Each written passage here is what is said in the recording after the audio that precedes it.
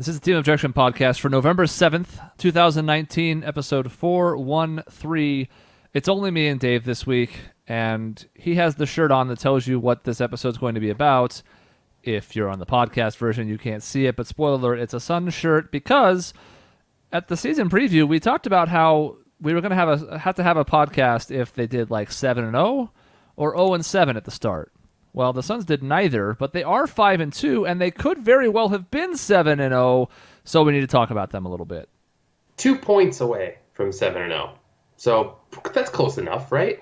Yeah, and you can always argue like, well, if you just this one play or like this few series of plays or that one quarter, we could do this. But it's literally 1 point in both losses to two of the best teams in the West. Yeah. So, yeah. Well, I mean, best teams in the West. Let's not throw the Jazz in there quite yet. I mean, the Jazz did beat us, and it was a close game, and we kind of got, screwed over on fouls. But, I don't want to crown them that just quite yet. I mean, considering that Mike Conley's playing like a human dumpster right now, and they're still over 500, I think they might still be in the conversation, but we'll see. Maybe he'll never be any better than this. Yeah, it is. I mean, before we get into the Suns, I guess, holy moly, he has been a train wreck of all train wrecks this year. It is amazing to see how you expected the Jazz to just take off this year, and instead, Mike Conley has been awful. I mean, he has 5 points right now on their game of playing at the moment of we're recording. Yeah, terrible. And they're still beating Philadelphia despite that. I know. So, anyways, yeah. So it's a Wednesday night as we record this, so we're just kind of a day ahead here. But yeah, we're going to talk primarily about the Suns. I mean, there's a lot of interesting things in basketball as a whole, but we can touch on some of those the next time Sean's around as well. So instead, it's just about the Suns start, and then we can go more in depth as far as like the deep roster dive the next time Sean's around. But There's a lot to talk about. I don't know if it makes a difference to you, Chris, but just technical side, I can't see you. So that's just our tech side, Oh, well, yeah, I can fix that real quick. I don't know if it's going to affect the recording, but we can fix that. Oh, it's because of the Skype call being dropped by you, I might add. So this is a behind-the-sines thing where things just didn't work properly for me. But, it's but fine. now Dave is frozen. See, this is what happens. Hilarious pose. Horrible. Well, I look drunk of some sort. All right, now he's tiny. We'll get back there eventually. It's on the air editing. It's fantastic. If I resize this, it's going to make you giant later when it catches up to the bandwidth. Perfect.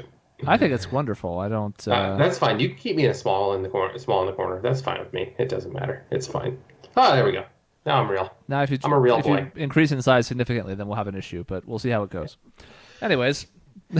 So, honestly, how happy are you watching the Suns this season? Not just for the record, because obviously winning games is fun, but just watching them is actually like fun again.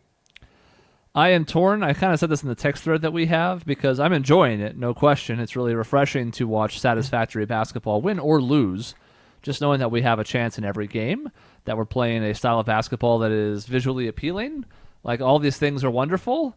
I think I'm just waiting for the other shoe to drop, and it's going to eventually. There's going to be some regression here, like we are not a 55-60 win team, which we're on pace for. I think I'm just so scared of like, oh no, what if we secretly suck, that it's hard to fully enjoy this. I'm enjoying it, just not as much as I could be. So I guess I feel you in that sense, because you're right. We're not going to win 55 games. I mean, unless Aaron Baines somehow keeps doing like this MVP type play. Not really, but you know what I mean.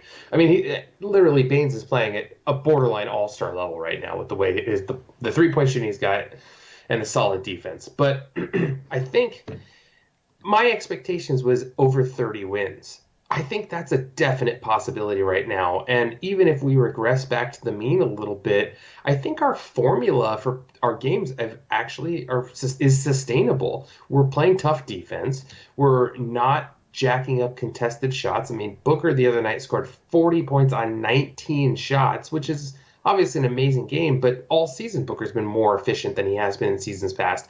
I just feel like we've got a sustainable model going on right now that may not lead to win 50 games, but 40 games? Yeah, I could see that. Yeah, I mean, we all set the bar reasonably low. I was surprised at how close our projections came in, maybe because I thought Sean was going to go over 500 or something crazy, I don't know. We were all 34, 35, 36.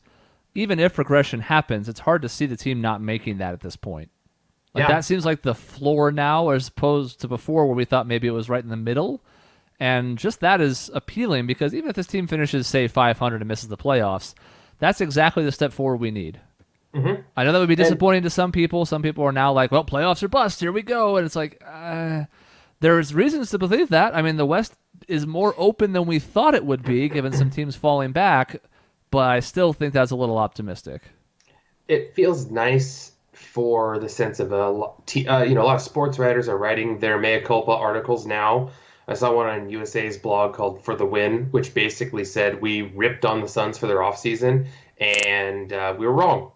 And it's nice to see little things like that. Not that it really matters in the long run, but we all, as Suns fans, we looked at this through rose-colored glasses, and I think we were a little bit more right in that sense of like, it's not a disaster that we gave away TJ Warren. And he's had a decent season for the Pacers, but we made solid moves that made us a real live basketball team that is fun to watch and is going to be in most games. I don't think we're getting blown out by 30 multiple times a season. Maybe one bad game's going to happen, but we're not going to get blown out frequently. I mean, you catch anybody on a bad night in the NBA, it can happen. Exactly. The Warriors lost by 20 or 25 a couple times last year, and they were the Warriors. So, it's going to happen to any team, no matter how good. It happened to the Nash era Suns, happens to everybody. I do think the one weird thing to me is I criticized them in the preview that we did for raising the floor too much without raising the ceiling, in the sense of our 6 through 12 spots were leap years ahead of where they were last year. But how much does that 11 and 12 spot really matter in an NBA rotation when most teams play 9 at most? We're finding out it does still matter. Now, the Ayton suspension is certainly one thing that we were not factoring into any of the preseason calculus we did. And the fact they're 5-2 with only having him for one game does speak well to this team. But it was one area where it helped, because now instead of it being like, well, you had Booker and Ayton and like 3 other decent players and a bunch of scrubs, we could actually weather that storm because Aaron Baines has been good and Frank Kaminsky has been passable, if sporadic.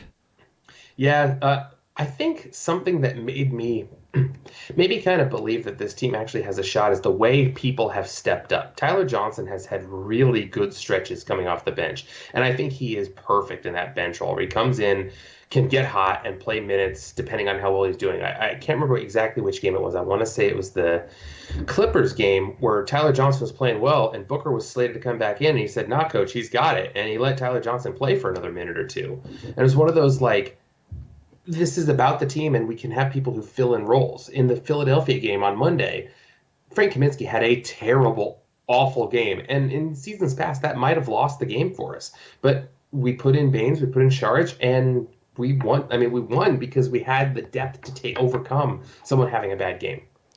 And it also takes a lot of pressure off of the team stars. At this point, only Booker, because Ayton is out. And while like Rubio, he's not a star. It takes a lot of pressure off, and it lets Booker actually expend more energy on the defensive end, where he's been much improved. Has he been good? Maybe. He's had stretches. I think, especially in that Philadelphia game, I think he had a couple really good on-ball stretches. And obviously defense is about consistency, but he had some really good on-ball stretches where he really shut down the person he's defending. His defensive awareness has been better. He still gets lost occasionally off-ball, but on ball, I think, has been the biggest improvement. I see him dying on screens a lot less frequently, whether that's either like dribble handoffs, getting around the big guy, or pick and roll, sliding through, or coming around the backside. I think those have all been great. Off ball, his attention span still wanders a bit, but that's true of a lot of players. I mean, we saw some of the awful, awful gifts that like LeBron had last season when he's checked out on some possessions, because it's really hard to maintain elite level focus for 40 minutes a night. So I don't expect him to be perfect. He might be good thus far. At the very least, he's above average, and that's all he needs to be. If he can go beyond that, we might have a superstar in our hands. But if he can just get to average to above average, and he's going to score at this level, that's fine. That's enough. Yeah, it's great. What's great to see so far this year is that Booker's played within the team. I think I saw the stat, and I can't quote the numbers exactly, but I want to say 65% of his made field goals this year are off of assists. That's up from 44% in seasons past, which is a huge jump. It just means he's doing less work on the offensive end. And then that means he has the energy for the end of the game if he needs to take it over, because we've seen him. He has the ability to do that and go win a game for himself. I think he did that in the 76ers game. He really put the team on his back, made smart, good plays in passing out of double teams, which ironically people made fun of him for in the offseason, which was eye roll, I agree, but still. But he made smart plays. He made tough shots and won the game for us. which means that now we have a guy who can sit back, let the game come to him, and then take it over when need be, instead of having to be the only offensive option. It was really nice to see him get MVP chance. Oh, Because yeah. those are overdone to some extent. God knows, like even some random players get those over the course of an 82 game season. But it felt like almost all of his breakout performances were on the road the last couple Hmm. seasons. I mean, obviously Boston on the road, Utah last year 59 on the road. I think the other 50-point 76ers. game, yeah, the 76ers one was on the road. So it's nice to have the home fans get a chance to serenade him with the attention he deserves. And while it's kind of a sidebar, I've mentioned it now. The home crowds have been very good so far Yes. this season. And even before we knew this team was better than we maybe thought they could have been, even game one, they were really loud. It's nice to be reminded, like, oh, yeah, when the team is an absolute garbage, Phoenix fans do come out for the Suns at Hmm. the very least.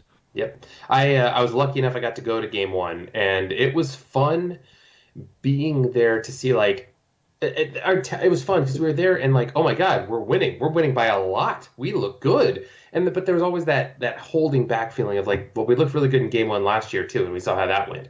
So the fact that we've sustained it a little bit more and beaten really good teams like the Clippers and the 76ers, man, it's just such a good feeling right now. I've seen some people still be critical of Booker. Even with all the good vibes going around with this team right now, there are still some folks that are, either perfectionists or just hate particular players. I've seen some stuff lobbed at Oubre, who we'll talk about. But Booker in particular, it's like, I think people are taking his scoring for granted, which maybe is a byproduct of him making it look so easy.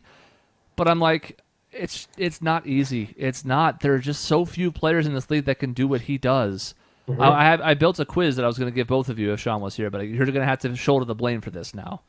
So, I want you to name the 9 players who scored 45 points more than once last season. And you probably already know one of the answers. Well, Booker is one of them. He did it 3 times. Yeah. James Harden did it a Did bunch. like 10 or 11. Yeah. Yeah, which is insane. I figured Giannis did it. Giannis is there. I want to say Anthony Davis, but I don't know if he played enough games last year. Anthony Davis only did it once, Okay. so not correct. But you have like LeBron. unlimited guesses. I mean, LeBron, Steph Curry. LeBron didn't do it at all, believe it or not. That's right. Last season was pretty bad. Steph Steph, Curry is correct. Kevin Durant. Kevin Durant did it, I think, 3 times. Yep. Clay, I'd say probably Clay had only it. did it once. Yeah, it's a tough one. So what have I got? 5 of them, 6 of them right now. You're missing 1, 2, 3, 4 of them. So yeah, you have 5 right. Uh, After that, I mean, I'm getting down to a couple weird ones. I mean, Donovan Mitchell maybe had a couple good ones. Didn't do it even once. Not a bad Nope. guess. There's a couple on here you probably won't get. Um, there's a couple people on just the people who scored 40 at all list that you wouldn't get. I think Mark didn't one of the Morris twins do that? Was that 2 seasons ago? I think that was 2 seasons ago. Okay, okay. I'll give you time if you want more. I'll give the answer. It's up to you. Nah, that's all right. I've got 5 up. I feel proud of that. Your boy Kemba Walker, I think, did it 3 times. Yeah, I should have known At that. least twice for sure. Paul George did it twice. Okay. And then the 2 weird ones to me are LaMarcus Aldridge. I remember one of those games because he takes him like Okay. 35 field goal attempts to do it, even when he's shooting well because they're all 2s. Mhm. And Blake Griffin actually had 2 40-point games last season. So it's 2 45-point games, excuse me. These are all 45 plus. Point being, those are all superstars or right below. I mean, Aldridge never really at that level. He's Griffin older, maybe in his prime. He's just past it now, but he's become a smarter player as he's gotten older. And everybody else is absolutely like an A-tier dude. And Booker's in that group. It's not easy to do. No, and especially, I mean, in the past season, it's been easier. I mean, I'm just looking at his stats. He's a career 44% shooter. And that's because he's had to be a volume scorer. This year, he's shooting, I mean, it's 7 games, small sample size, I will admit that. He's shooting 53% and 50% from 3 And this 90% season. from the line, which is up for him. I mean, he's always been a pretty good free throw shooter, Yeah. but still, I mean, he is just destroying it. He's had, I'd say, 1 bad game, probably out of the 7. Probably the Denver game was his worst. But other than that, man, he has just been fantastic. And it's hard to believe that he is still getting a tough time because people can't get out of this, oh, Devin Booker's on good stats, bad team guy. You can see him making a conscious effort to play within the system this season. Hmm. And Absolutely. even at the end of the Philadelphia game where he took over, it wasn't quite the same as it was in some of those games down the stretch last season where it was basically like ISOs or one high pick and roll, and then that was it. A lot of those looks were still within the flow of the offense and not just him trying to create for himself. To me, I mean, yeah, you mentioned he's on a 50-50-90 pace. That won't continue. No. I don't even know if he makes 50-40-90. The point is, it gives him the opportunity to be way more efficient than he was last year, especially on threes, because getting so many more catch and shoot looks and having to make so many fewer. There's not as many off the dribble. There you go. We got there. Yeah. I mean, the thing that I just love is what's happening is last season, like I said, he was not efficient last season at all. He shot 46% from the field, 32% from three, which we were all a little concerned about. But he scored 26.6 points a game. This year, he's scoring 26.1 points a game on this aforementioned stats. Yeah. I'll take that any day of the week. And to me, it all comes because he has a willing passing point guard, and he doesn't have to play point guard. And he's got a system that moves the ball and with purpose. Yeah, the last point on Booker I'll say is he was down on three-point percentage, like you mentioned, 32%. And yet his true shooting and his effective field goal percentage went up because he was converting twos at such an improved rate over the season before that he actually made up for the fact that his three-point shooting plummeted 6%. So now imagine if he gets clean looks all the time. Yeah, and we're seeing it right now. It's amazing. So you mentioned the passing. Obviously, we are, I think, number 1 in the league in percentage of assisted field goals. We were up there. I don't know if we still are, but I mean, for a little while we were top, like just number 1 in assists. Period. Yeah, I think we're still number 1 in percentage of field goals assisted, even though we don't have as many assists per game, because our pace isn't quite up there. Point being, whether we're still top 5 or whatever, we're still way up there, and it's that's what we want to see. And Sean would say the same thing if he were here. It's the same idea of it's not stagnant ISO basketball. It's moving the ball. It's making quick decisions. It's finding teammates. It's getting people involved. It's everything we want to see. Again, the 5-2 is great. Obviously, I'd rather watch a win than a loss, but it's how we're getting there that's the most important to me. Yep, and I think, I don't know how much we can overstate.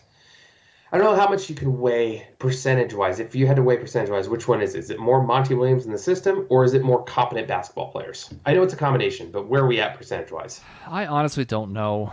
I see Igor still get flack sometimes, and I don't know that he's a good NBA coach, but I don't know if we ever found out. No, I don't know that we could have. I mean, I think he has good set. I don't think he just had control of the locker room, which is a cliche, but it's something that you need to have. And I don't think Igor had it, which is why he's going to be a fantastic assistant coach for the rest of his career, which is no shame in that. But alternatively, you could drag Red Auerbach out of the grave and have him coach last season's team, and they don't win anything because there's no talent on that roster. You can teach until you're blue in the face, but if your point guards are rejects from the G League and your rotation is full of guys that don't even belong on the roster, let alone in an 8-man rotation, the expectations are low. So to me, I like Monty. I like that he's kept things simple. There was an article on SB Nation that went into some details about what they're doing defensively and why it might not be the most sustainable. But the team needs a simple approach that can build some confidence, and then they can worry about taking some advanced approaches later once they've got that down. Yep. And that's, like you said, Chris, I think there's a little bit of that to where maybe this isn't sustainable. Some of the defense, we do a lot of switching. We do a lot of rotation defense, which I like to see because right now, it's really working. And maybe against some hot shooting teams, they'll just shoot over the top of that. Who knows? But overall, if we have to, I feel like right now we're starting out simple, getting the feel for each other, and we've got good chemistry. So adding in that extra layer that you're going to have to do as teams make adjustments throughout the season, I think is going to be a possibility. To me, partially, pretty much because we have somebody as smart as Ricky Rubio kind of running the show. Yeah, I think we all knew going in the sort of improvements we could see from him, and they've been about as expected. I'm not going to say like I'm surprised by any of it. It's just been a revelation watching somebody who can actually run an offense. And we were so desperate for it last season that Tyler Johnson, who played well before he was hurt in that short stint after we acquired him, also sort of seemed like a revelation at the time because that's just how terrible the point guards have been in Phoenix since Eric Bledsoe ran himself out of town. It's been awful. So to see Rubio now is another step above what Tyler Johnson was doing in that short stint last season, which is basically saying, hey, somebody who can get his teammates involved, who hits them with passes in the shooting pocket, who can run the pick and roll effectively and not throw lobs to no one, who can orchestrate for everybody and move them around on the fly, not even in set plays. All these things are great, and people are obviously making the Nash comparison. I don't even care about that. Just the fact that he can pass to anybody is a welcome revelation. It's so true. I mean, he is he's been what we expected, which is okay with me. His shooting is not good. He's hitting 40% from three somehow. That's not going to continue. No. He's never going to be a shooter. But you know what? It's okay. I don't mind if he's sitting there scoring 10 points a game, drawing a few free throws. I think for a while there he was up in the top 10 of most fouls drawn this season. Ricky Rubio was, which great. That is what we need. Get opposing point guards in foul trouble. Get big men in foul trouble. It's fantastic. Yeah. And I mean, I think there's a bit of overstatement to his bad shooting. Obviously, it would be great if Ricky Rubio shot 40% from three. I mean, it would turn him into a second-tier point guard in this league. But if he shoots 34%, which is about where his career average is, that's okay. Mm-hmm. It's not great. We'd love it to improve. But the fact remains he can hit them when it counts, and or when he's left wide open especially, which he needs to be able to do to keep defenses honest and open up his passing lanes. Because what's Ben Simmons running into? Yeah, he hit the 1-3 in preseason, and we all lost our minds. He still hasn't made one in the regular season. I don't even know if he's taken one. I don't think he's actually taken one, And in the Sixers game, what did we see? We saw anybody who was guarding him, which included Baines at one point, because they cared so little about his jump shot. Baines could sit in the lane and help contest other players because Simmons wasn't even going to shoot, and if he did, he was going to make such a low percentage. Rubio makes enough. Not as many as you'd like, but enough that at least defenses have to honor it. Yeah, it's amazing watching somebody guard Ben Simmons. Because you expect it, like, it's just not something you see in basketball, period. Even if you're playing, like, pickup ball like that, you just don't expect somebody to be at the top of the key at the three-point line and his defender below the free throw line. It's like, wait, but he's open. Like, why is he not shooting? And then Simmons passes it around the horn. Like, it's actually a testament to Simmons that he's as good as he is with that type of defense on him. Yeah, well, especially in the open floor. He's a wizard there. Yeah. But the problem is, in the playoffs especially, we saw what happens, is that when he's reduced to going down to the dunker spot because teams don't even respect him with the ball in his hands, that offense gets real clamped really quickly. And it's even worse than like a Rajon Rondo, because that's the easier, like, other prototype to look at back in the day, maybe a decade ago when Rondo was in his prime, was like teams would play off of him. But he at least had a mid-range jumper. He wasn't great at it, but he would take the 16-footer with some confidence if defenses slacked off that much. Simmons is even going to shoot a mid-range jumper. So guys are playing off of him in the paint, challenging him to either drive at them and risk an offensive foul or just move the ball along to somebody else who's already being covered. Yep. It's amazing. I mean, I'm looking down the rest of the Suns roster and kind of seeing, I think we talked a little bit about Oubre already and kind of what he's done. I think, again, he's been pretty much as advertised. He's playing better than we thought, but for the most part, he's been as advertised. He's the kind of the one on the team that doesn't kind of buy into the ball movement philosophy, which, you know what? Okay, I can live with that.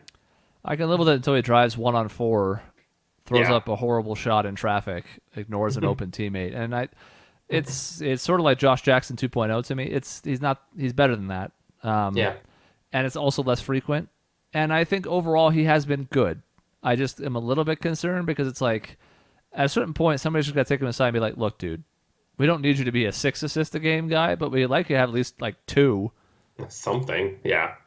Although you mentioned Josh Jackson, I heard one of the best comparisons about the Suns team this year is essentially Darius Saric is what Dragon Bender was supposed to become, and Kelly Oubre is basically what Josh Jackson was supposed to become. So essentially, we just dumped them and got what they were supposed to become, and look what we're doing. Mm-hmm.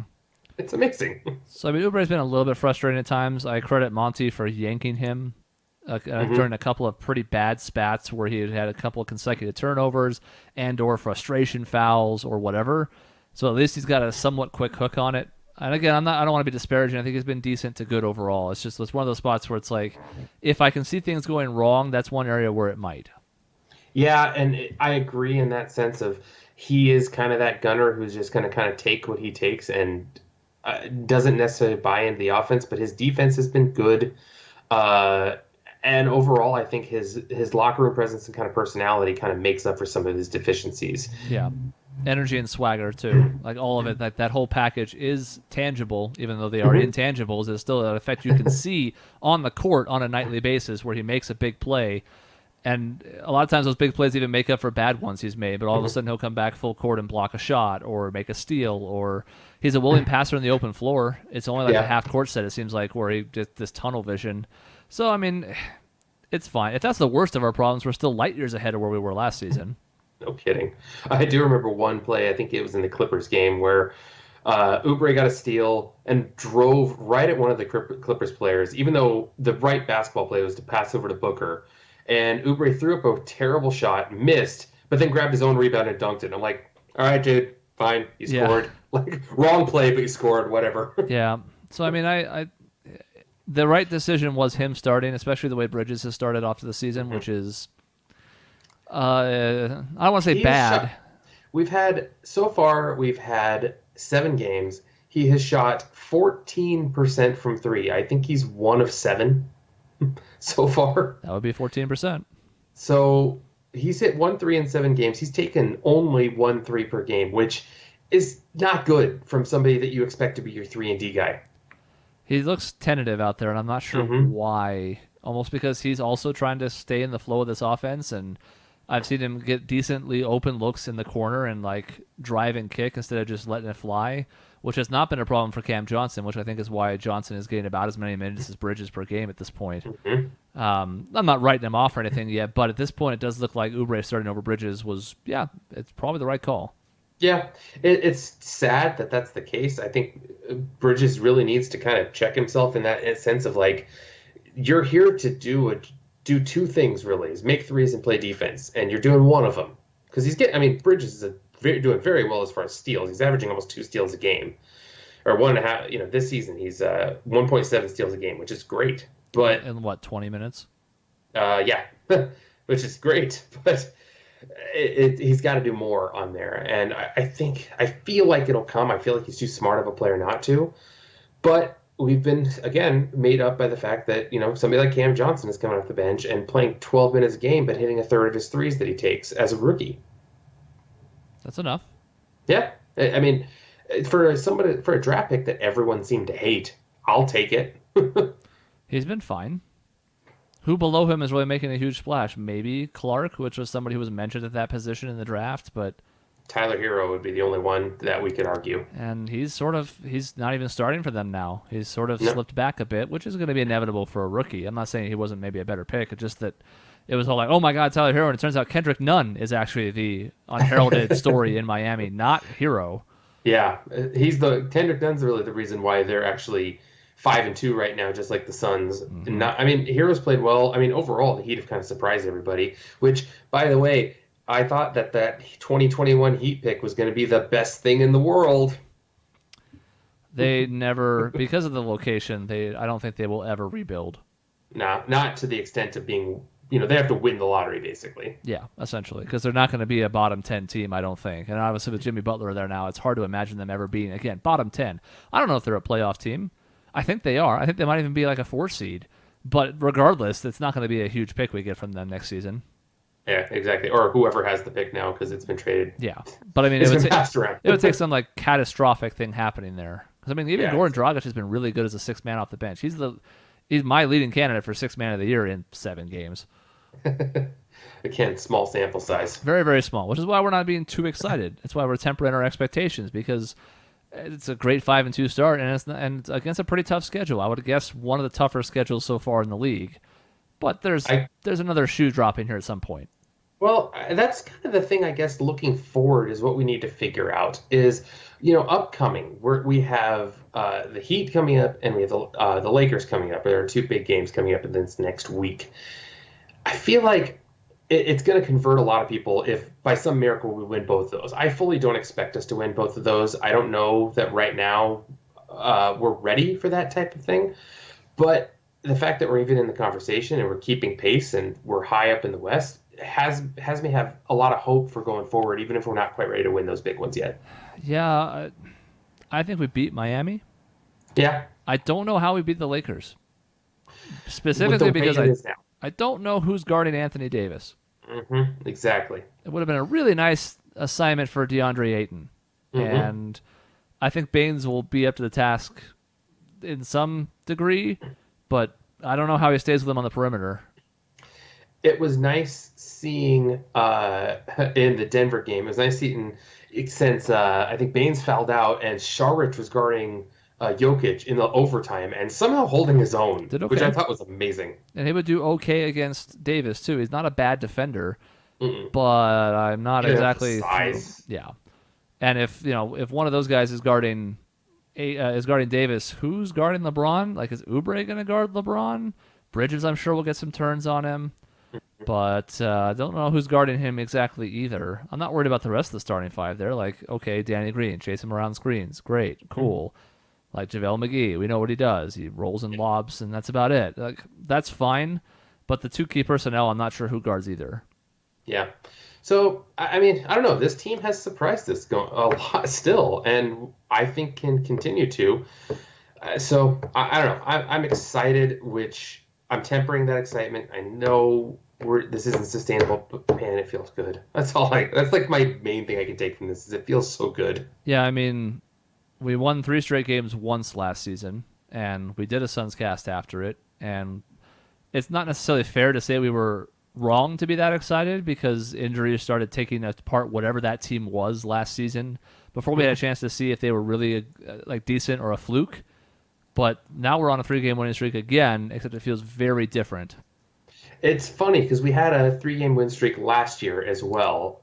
Before then, we had one stretch early in the season. We won 4 in a row against we beat Boston in Boston. We're like, oh my, wait a minute, hold on, maybe we're turning things around. It was still December. It was still early in the season. And then we proceeded to get walloped. I think we lost 15 in a row at one point during that stretch. Then we traded for Tyler Johnson, won 3 in a row. Like, okay, this feels different. We're going there. And then the injury bug hit us. And then now again, it feels like everything's different. But this time, it really is different. We have a different roster. Yeah, and there's just functional NBA players, and it's like you talk yourself into a lot as a fan, and we're guilty of that too. I mean, we don't have exactly an objective perspective, although we try to be as much as we can. We've talked ourselves into some shitty deals. I remember talking myself into Hato Turkoglu. And Hey, I think Hakeem Warrick can replace Amari Stoudemire. yeah, I mean he's like Amari Light. Yeah, exactly. And He can dunk. Amari was on Quentin Richardson's podcast yesterday, Yeah. recently, and one of the things he mentioned was like they haven't made the playoffs since they let me go. And I don't think he means it in a bitter way. He had a lot of nice things to say about the organization and especially Steve Nash. But the fact remains, he's right. Yeah. And at the time, we thought that was the right decision, and I think it still was, considering what happened to his knees a season and a half into that 5-year deal New York gave him. But the fact remains, he's right. We have not been back, and so it's like maybe that was the right decision, but the right decision still led us to a decade of awfulness. Who knows what might have happened if we had kept him and then tried to trade him a couple years in or sign somebody else alongside him because it was more appealing. It's a fool's errand trying to figure out what it could have been, but all that's to say is like we never know. We try and make the best of the decisions that are in front of us. This season feels different than the last few. Yep. Do you want to know, just based on the last few, do you want to guess when we won our 5th game of the season last year? What date? End of December. December 13th. So we are a month and a half ahead of that pace at this point right now. Yeah. It's Because we were like 5-24. At one point, the 5th win started our 3-game winning streak last year. So we won our 4-game winning streak. I'm sorry. So we were like 5-18. What were we? We were 5-24 and then hit 8-24. Okay. Yeah. You're right. So we could lose like 15 straight and still be ahead of last year's pace. Exactly. It's amazing just how far we've come and how much better things look. Because like I said, I don't think we're getting blown out by 30 in the first quarter anymore. It's not like one of those turn on the game to see how things are going and turn it right off again. Yeah, and we've never been really blown out in the first quarter. We had a couple of deficits, but there's not one of those games where we're down by 20, 9 minutes in and going, all right, well, turn it off. Try again next time. Exactly. I mean, this team, the last 4 seasons, let me just do the math here real quick. 40, 64, 87, and 120, 241. 87 and 241 is the combined record of the last 4 seasons. Oh, that's so depressing. And we know they've been terrible. We've watched it more than almost anybody on this goddamn planet. And yet, looking at that as a whole, that's 4 seasons of abject terribleness on the basketball court. So even if we don't keep this pace up, and it's hard to believe that we ever would, it doesn't matter. It doesn't. So true. At this point, and I hope that we're like, in the next season, we're angry if we're not, 5-2 going into a season, if we're not contending for the playoffs going forward. Like, I hope that happens to be our future. But right now, with the shit we've been through, all right, I'll take it, man. I will take it. So anyways, we're understandably excited. Yep. And it's a good feeling to have after just year after year after year of what is happening to this franchise that I grew up loving. Because we've never seen anything like this. This team has never been like this for anywhere near this long. There's been bad seasons. The season that preceded Steve Nash was a bad season. But nothing like this. I mean, in the 80s, I think the Suns missed the playoffs 3 years in a row. They did. I want to say. But that's it. That's the worst stretch in Suns history before the 2010s. Yeah, and ever. There was like a whole drug reason for that, too. It wasn't even just they were terrible. That was also in the midst of the whole cocaine epidemic. Yeah, and it was, the Lakers decided, the rest of the league decided they wanted to give the Lakers the #1 pick after winning the championship, and get James Worthy. Mm-hmm. So it's, and there was this whole salary cap structure was different back then. You could just basically keep your team together, and there's no chance we're ever competing in the West in the 80s. But still, like, we didn't have stretches where we missed the playoffs for long stretches, and we've missed it for 10 straight years now. Or 9 straight years now. Hopefully it won't be 10 this season. Yeah, I was to say, we'll see. Yeah. Alrighty, well, that's the end of this Suns cast. We might even do another one next week, Chauncey. I don't know. I have no idea what the future holds, but if we beat the Lakers, if we're going to beat the Lakers, I think that sounds like a solid Suns cast. There's still plenty more to talk about. There's no doubt about that. I mean, there's a lot of things we didn't even touch on. There's certain members of the roster we didn't mention. We mentioned Sharch in passing, like he's one of the new additions, and we barely talked about him. So, anyways, that's it for this episode. In between them, you can find us at our website, objectionnetwork.com. You can go to youtube.com/objectionnetwork for new videos 7 days a week. And finally, send your emails to objectionnetwork@gmail.com. See you next time.